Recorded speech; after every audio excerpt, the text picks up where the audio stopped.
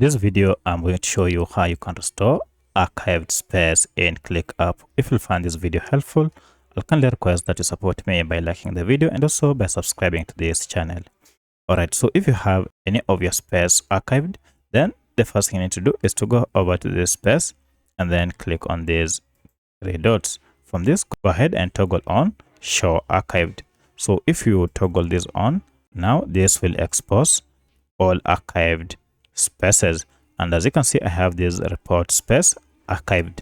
So to restore this, head over to these dots here and click on it, and then you will see we have this option Unarchive.